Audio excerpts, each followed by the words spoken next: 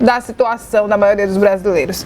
Para entender o motivo, vamos chamar Juliana Santos ao vivo para conversar com a gente. Bom dia, Juliana. Então, o que é que está deixando esse financiamento mais caro?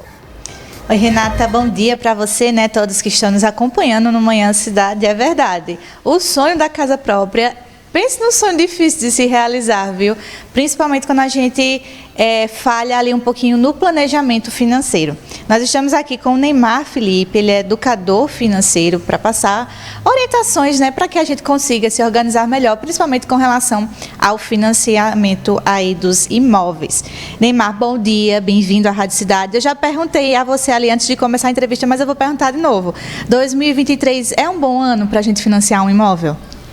Bom dia a todos, bom dia Renata, Juliana, todos os ouvintes do Manhã Cidade, de fato, 2023 a gente está começando esse ano com uma perspectiva de juros muito alta, isso complica bastante esse tão sonhado financiamento, que na verdade é um sonho da casa própria, só que a gente tem que dividir essa análise. Primeiro para aquelas pessoas que estão se planejando em fazer um financiamento e também para aquelas pessoas que já têm um financiamento e têm que ter alguma estratégia para pagar, se organizar financeiramente.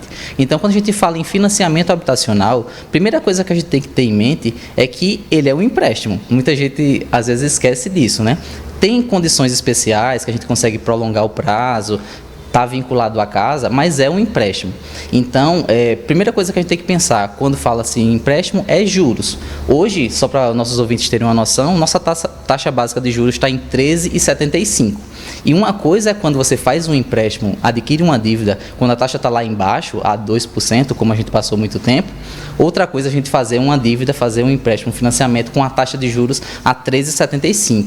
Nosso endividamento ele vai crescendo cada vez mais rápido. Então, primeiro ponto, para quem está pensando em fazer um financiamento habitacional, é colocar na ponta do lápis, colocar no papel a projeção desses juros. Como é que você faz isso? Simulações, Caixa ou qualquer banco que você tente fazer essa simulação e fazer a multiplicação de fato pelo prazo que você vai estar fazendo esse financiamento. Às vezes a gente só pensa em deu X a parcela, cabe no meu orçamento, vou fazer o financiamento. Não é bem assim, a gente tem que calcular quanto é que eu vou pagar no total e quanto daquilo é de juros. Essa é a primeira dica para quem está pensando em fazer um financiamento, Juliana. Neymar, e outra coisa também, que, como você disse, a gente pensa na parcela, no valor da parcela. Mas além daquela parcela que a gente vai pagar no mês, a gente tem outras despesas, como alimentação, como transporte, que também não são coisas que não estão tão baratas aí para o bolso do brasileiro. Como é que a gente faz para organizar, no caso, se a gente quer realmente tentar aí um financiamento de um imóvel? Exatamente. Quando a gente fala em juros altos aqui no país, o principal vilão disso é a inflação. Acho que nossos ouvintes vão concordar que quando ele vai lá no mercado, tudo está mais caro. Quando ele vai no abastecer o carro, qualquer frete, qualquer coisa, tudo está mais caro do que há alguns anos. Esse é o efeito da inflação, o aumento das coisas.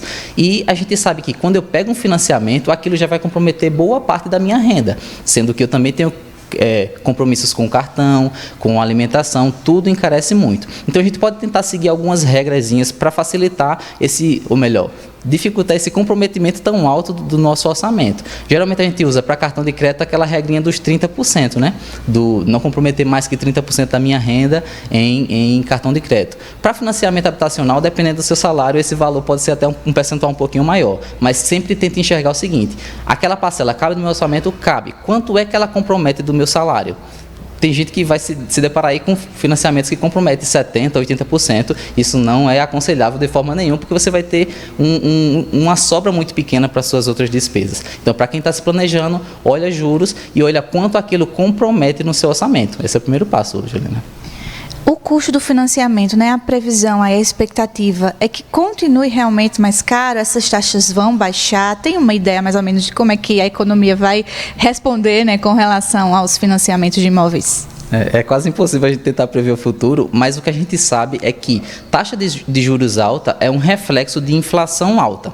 Então, enquanto o governo, as empresas, a economia como um todo não visar a diminuição da inflação, com diminuição da dívida pública e outros fatores, a gente vai ter por um bom período, taxa de juros alta. Isso desanima um pouco, mas a gente tem que trabalhar com o cenário que a gente tem hoje. Isso não é um fator determinante para você não pegar um financiamento, até porque pessoas que já têm financiamento podem adotar algumas estratégias para facilitar isso aí, que a gente até estava conversando em off aqui, que é o sistema de amortização. É uma coisa que pouca gente conhece. Muitas vezes eu vejo pessoas falando assim: vou usar aquela estratégia de pagar a parcela de hoje e pagar a última parcela. É parecido, só que quando a gente fala de amortização da dívida, ela é muito mais eficiente. Só para os nossos ouvintes terem uma noção, quando você paga lá a sua parcela do seu financiamento, 70% em média daquilo é juros. Então você está abatendo pouquíssimo da dívida. Quando você faz um sistema de amortização, você gera um boleto e 100% do valor que você está pagando está amortizando a sua dívida. Então são pontos que a gente tem que pensar. Se eu não conseguir dar uma entrada muito alta para dever menos, eu posso pensar em amortizando o meu financiamento. Então, pensa aí estrategicamente, ouvinte. Quero fazer um financiamento agora, sei que a taxa de juros está alta, não é só fatores financeiros que influenciam a gente, né? Fiz o meu financiamento. Posso aplicar aí uma estratégia de amortização dessa dívida. Paguei lá minha parcela do mês, sobrou 100, 200 reais, eu gero um boleto de amortização para ir diminuindo essa minha dívida. Você vai escolher a opção diminuir saldo devedor. Essa é a chave de diminuir o financiamento, o peso que ele afeta na gente. Dica extremamente importante aí, né? Porque eu também pensava, né, como eu tinha comentado com você, que para diminuir ali a dívida, né, de financiamentos, a pessoa podia pagar a parcela do mês, pagar a última parcela, mas o segredo é a amortização do saldo devedor aí, do valor completo, não é isso, Neymar? Exatamente. Quando você amortiza, você está pagando todo aquele dinheiro que você conseguiu destinar para abater sua dívida. Uma coisa que nossos ouvintes também podem se atentar é o tipo de financiamento que eles pegaram. Existem basicamente dois: tabela saque e tabela price. Quem já fez financiamento vai se ligar. A principal diferença entre elas é que uma é regressiva, então você começa com uma parcela mais alta e vai diminuindo, e outras parcelas são fixas. O que você tem que se atentar é que uma paga mais juros e a outra paga menos juros. Então o sistema de amortização ele vai ser mais eficiente nas duas, porque você vai conseguir 100% do valor que você está destinando para aquela parcela extra, né? A sua parcela do mês você vai ter que pagar, não tem como fugir. Mas o que você for conseguindo de extra, você consegue tirar 100% do saldo devedor que você tem com o banco. Quero realizar o sonho da casa própria em 2023. Apesar, né, do cenário que a gente tem, mas é meu sonho. Né? Digamos que alguém que está ouvindo pense dessa forma.